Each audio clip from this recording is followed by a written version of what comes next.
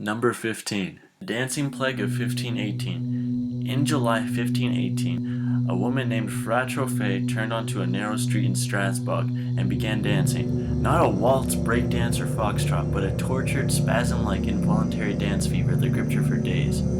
It started off seeming to be an isolated case of psychosis, but Trophé's dance began to seem contagious. By the end of the week, 34 others have joined her in her dance. Within a month, the crowd of the dancing, hopping, and leaping individuals had increased to 400 people. Within a month, the crowd of dancing, hopping, and leaping individuals had increased to 400 people who were infected with the, quote, dancing plague. What's just as strange is that Frau Trophée should have been dead through dehydration just after 3 days max. But she remained dancing for presumably 6 days while she was dead. According to theory, physical exertion of this extreme is not naturally possible to maintain. Even the best of marathon runners would not last. Most of the infected died, many of dehydration, exhaustion, heart attacks, and strokes, which seem to be common side effects of the plague. As strange as this event sounds, it is widely recorded. Most historians believe that this is a case of mass hysteria, but the true reason why people had danced to their deaths will forever be unknown. Number 14. The Mary Celeste. One of the greatest maritime mysteries of all time is the story of the Mary Celeste. On December 4th, 1872, the ship was discovered floating in the middle of the Atlantic Ocean. David Morehouse was taken by surprise to discover that the Mary Celeste was still on her Genoa, Italy, even though it had left from New York 8 days before him, and should have already arrived. Morris sent a boarding party to the ship. When they arrived, there was no one on deck, and below decks, the ship's charts were missing, but the crew's belongings were still in the rooms. The ship's only lifeboat was missing, and one of the water pumps had been destroyed, but there was barely any damage to the ship except for some water sloshing in the ship's bottom. But the cargo of 1,701 barrels of industrial alcohol unharmed. Even weirder, there was a 6-month supply of food and water left untouched.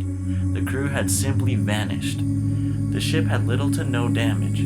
There was no risk of sinking, and it was full of food and water and supplies. There's no indication of why the crew would jump ship. That's the main mystery associated with the ship, but not the only one. Firstly, the Mary Celeste wasn't even the ship's first name. Her original name was the Amazon, but that had to be changed after 3 captains died aboard the ship, as well as random fires breaking out. Number 13. The Library of Alexandria's full collection. The Library of Alexandria was basically the mass data storage for around 8 straight centuries. It was where all great works of the ancient world were stored. It was packing around 1 million scrolls. Poetry, philosophy, science, history, drama, it had everything in it. The library was the best storage of information, and there are many stories on who burned the library. Some thought it was ironically the man named Peter the Reader. Others believe that the fire was accidentally caused by Julius Caesar. It is alleged that during Caesar's occupation of the city of Alexandria in 48 BCE, he found himself in the royal palace, helmed in by an Egyptian fleet in the harbor.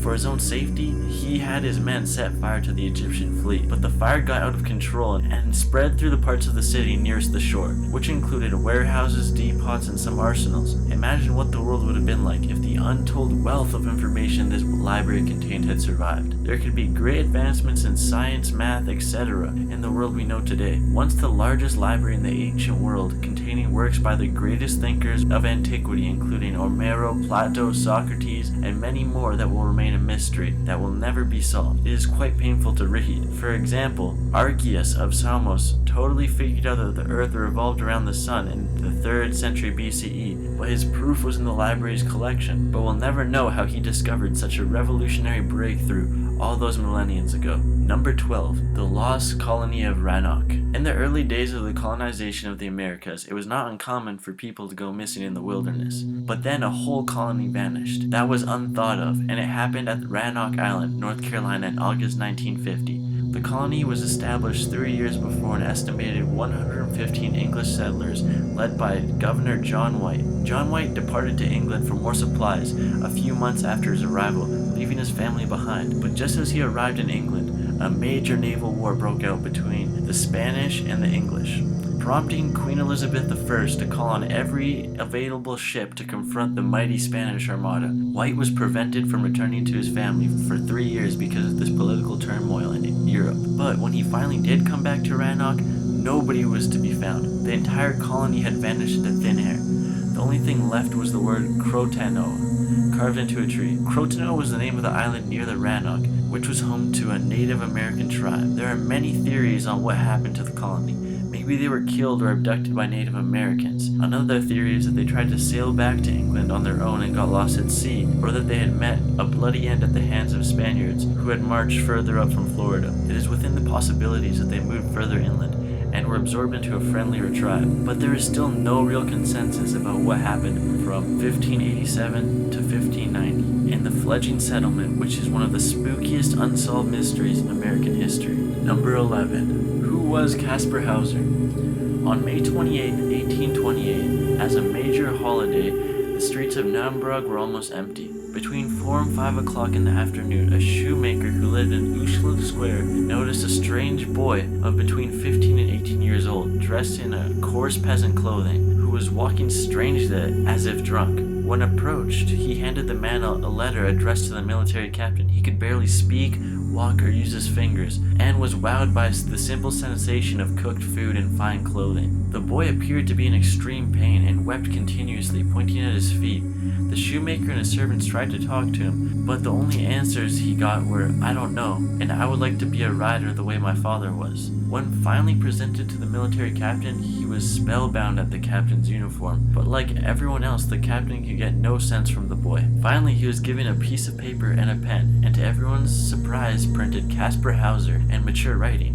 He was adopted into a family and educated somewhat, eventually being able to communicate that he had spent his entire childhood locked up in a dungeon. Adding to the cloud of mystery, Kaspar was stabbed to death on December 14, 1833, after 2 other unsuccessful attempts on his life. The theory is that he might have been high-born and locked away at a young age, and eventually murdered so to be taken out of the consideration for a royal title. This is one of those mysteries that can't be easily summed up and will remain a mystery. Number 10. The location of Agade. Nearly 2,000 years before the Romans began a conquering empire, the Akkadian Empire was in full swing, stretching from the Mediterranean to the center of the modern-day Iran. It was the stronghold of cultural activity. It produced sculptures and paintings that were so far ahead of their time, they're now considering the pinnacle of ancient artwork. A strong literary transition sprung up, leading to the preservation of the oldest Semitic dialect known to historians. At the center of this empire was the city of Agade, the original source of the Akkadian culture, and one of the most important places in this ancient area.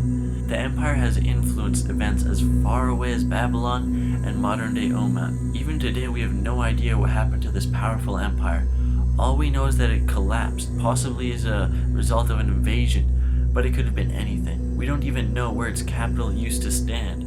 Its location has not yet been confirmed, although scholars have proposed a number of different sites. Most recent proposals point to the location of the Tigris, but we've so far found nothing to indicate where the greatest city of the period once stood. Until something turns up, Agade's location and fate will remain a total mystery. Number 9. The literature of the Indus civilization. Around the same time as the rise of the Akkadian Empire, a new civilization was rising up on the plains of modern-day Pakistan. Known today as the Indus civilization, it was stunningly advanced for its area. They had writings over 1,000 years before the rest of India, and their scribes may have invented printings for over 1,500 years before the Chinese, and 1,700 years before the Europeans. Unfortunately, we'll never know what was being printed, because Indus script is completely indecipherable. The only thing that historians are sure of is that it is indeed a language, although even that is frequently argued. Almost all of the artifacts containing Indus writing rarely feature more than 5 characters, so it's been argued that it is not truly a genuine language. While most experts disagreed with this statement, until a genius codebreaker appears, we're still in the position whether deciphering whatever they wrote is next to impossible. What's hiding behind those symbols could be anything. Administrative documents, prayers, fragments of stories, or possibly the location of Agade. Whatever it is, it gives us an unequal amount of info on one of the history's greatest cultures. Number 8.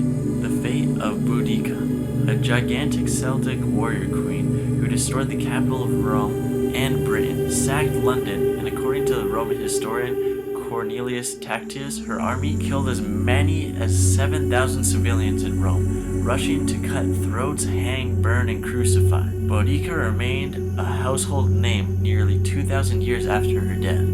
Her name means victory. Some say that she died after an epic battle with the Romans, but how she died, and where she was buried, and where the battle was even held are all a mystery. Tradition also states Boudicca drank poison after her horrendous military defeat, but we have no evidence towards this beyond Tacitus' account. The Greek writer Diocletius claimed that she died from an illness.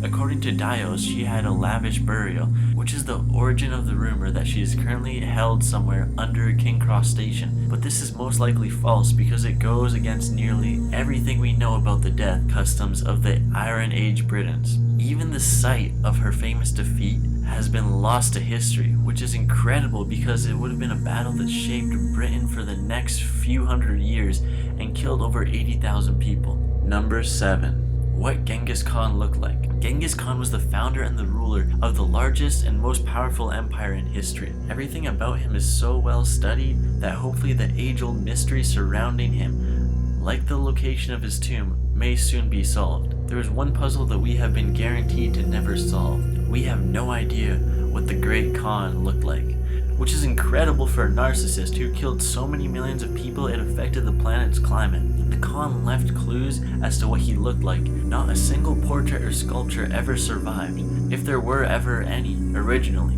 The few glimpses we get of history's most prolific killer come in prose, and nearly all of those are wildly contradictory. Most accounts that describe him, they say he is tall and powerful, with a flowing mane of hair and always a long bushy beard. One of the most surprising descriptions of Khan comes from courtesy of the Persian chronicle Rajdi al-Din, who claimed Genghis had red hair and green eyes. As strange as this sounds, these striking features were not unheard of among those ethnically diverse Mongols. Number 6. The origin of the Bell-Beaker folk. The Bell-Beaker folk were one of the most important cultures in ancient Europe. Wherever they turned up copper weapons, bronze jewelry, advanced archery equipment, and their iconic bell-shaped drinking vessels would appear. A warfare-like stock, they were primarily bowmen, but were also armed with a flat spearhead of copper and a curved rectangular wrist guard. They were the forewarning of the Bronze Age. In ancient Britain, they even redesigned Stonehagen. They seem to just appear out of nowhere, although we can trace aspects of their culture back through the ages. They tend to appear in places where it doesn't make any sense for them to be. Their extensive search for copper and gold, in fact, greatly accelerated the spread of bronze in Europe, and can be used to answer why they have appeared in so many different places. Because of this, it is said that they could have been not a single culture, but a cross-cultured phenomenon. It is thought that they were possibly originated from Spain and Portugal because of the DNA found in the Beaker folk buried in Germany. Number 5. The reason for Constantine's conversion. One of the greatest mysteries of the Roman Empire is that of the religious conversion of Constantine. Constantine ruled the Roman Empire in the 4th century, and his shocking conversion was the catalyst that turned Christianity into one of the largest faiths on earth. Prior to Constantine's conversion, the best treatment Christians could hope for in the Roman Empire was indifference, instead of prosecution. One of the best known stories passed down by Lactius, Constantine's advisor and a famous author, claimed that Constantine had dreamt the night before an important battle, and it was interpreted from a Christian standpoint. On the other hand, Eubius, a Roman historian, says a vision of God appeared above the battlefield, demanding Constantine decorate his shield with the symbol of Christ. The two writers also not only disagree on what caused the conversion, but on where it took place. There is also the issue of whether there was a dream or any vision at all. Plenty of scholars over the centuries had suggested Constantine's conversion was more likely not caused by genuine faith, but because Christianity was a popular religion among the soldiers. Number 4. Why Harold Wilson resigned. On March 16, 1976, Prime Minister Harold Wilson did something that has never been repeated by a British leader. Erratically, with zero warning to his government, he took to the airways and announced his resignation. This action affected and set course to British politics for decades. When Wilson resigned, James Callaghan became Prime Minister and proved to be incredibly incompetent, on such a level that a virtual nobody who went by the name of Margaret Thatcher managed to carry the next election. Without Wilson's monumentous decision, we can expect that the modern UK would be a very different place. Although Wilson claimed that he wanted to give Callaghan a chance to settle into the role of being Prime Minister, his unpredicted action makes it so that almost nobody believed him. The government of the time was unstable and only had a majority of 3 in the House of Commons. The last thing it needed was more instability. There are many theories and conspiracy theories as to why he resigned, ranging from early signs of Alzheimer's to knowledge that the M15 were planning a coup. To the date, none have been proven to be true. Number 3. Why the Romans built their border wall. For the first 600 years of its existence, Rome was in a state of continuous expansion. Romans fought wars, conquered nations, and gained territory that stretched over a far wider area than the current European Union. Then in AD 117, expansion stopped. Scotland was abandoned to the barbarians, and the empire froze. In the place of new territory, gigantic walls sprang up, circling the land. Common sense would tell us that these walls were to repel invaders, but common sense would probably be wrong. We know from the garrison reports there are virtually no references to fighting on the British frontier, and few anywhere else. In parts of the empire, the walls were nothing more than a couple of tiny shacks holding 3 people, many miles apart, which was hardly enough to stop barbarian invasions. Today it is thought that these garrisons were less defense and more about controlling valuable trade routes, yet even then, we're only guessing. Why build something as impenetrable as Harid's wall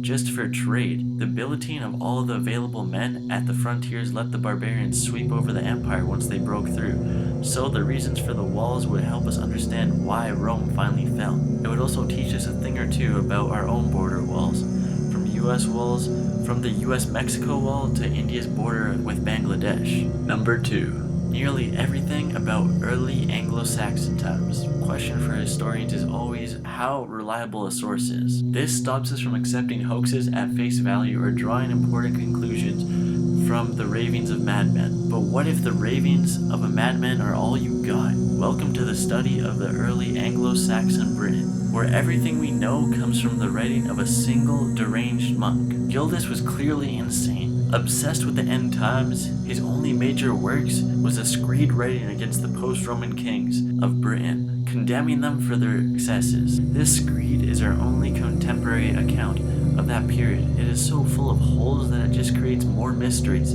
Of the 5 kings Gladys rails against, we know almost nothing about 2 of them, or how they fit into the lines of succession. Since most of what we know about the other 3 comes from Gladys himself, it is impossible to tell what is true and what is propaganda. Then there's Gladys's habit of simply omitting vital information. At one point he mentions a bone-breaking battle between the Britons and the Anglo-Saxons, which ended with a British victory under a great leader. For reasons unknown, he leaves out the leader's name. Finally, there's this simple fact that there must have been whole battles, armies, and royal families Gladys didn't even think worth mentioning. Names, dates, and places now utterly lost to history. As far as sub-Roman and early Anglo-Saxon Britain goes, we're in the dark. Number 1. The Princes in the Tower. While we're on the subject of Shakespeare, did you hear that Richard III's body was found earlier this year under a parking lot? Many new revelations about the reviled king have resulted from that find, but it still doesn't settle the question of what happened to Richard's 2 nephews, Edward V of England and Richard of Shrewsbury. At 12 and 9, the boys were locked into a tower of London in 1483, supposedly for their own protection. They were never seen again. While there is no direct evidence that they were murdered, it's certainly the obvious conclusion. Richard III is a prime suspect, but he's far from the only candidate, as there were plenty people in the boys' lives with motive. This eerie Paul de la Roche portrait of them perfectly captures their haunting disappearance. Got an idea for a top 15s list? Be sure to leave it in the comments below. Also, be sure to subscribe for future videos. And make sure to check out Top 15's original channel for more great videos. It's in the description below.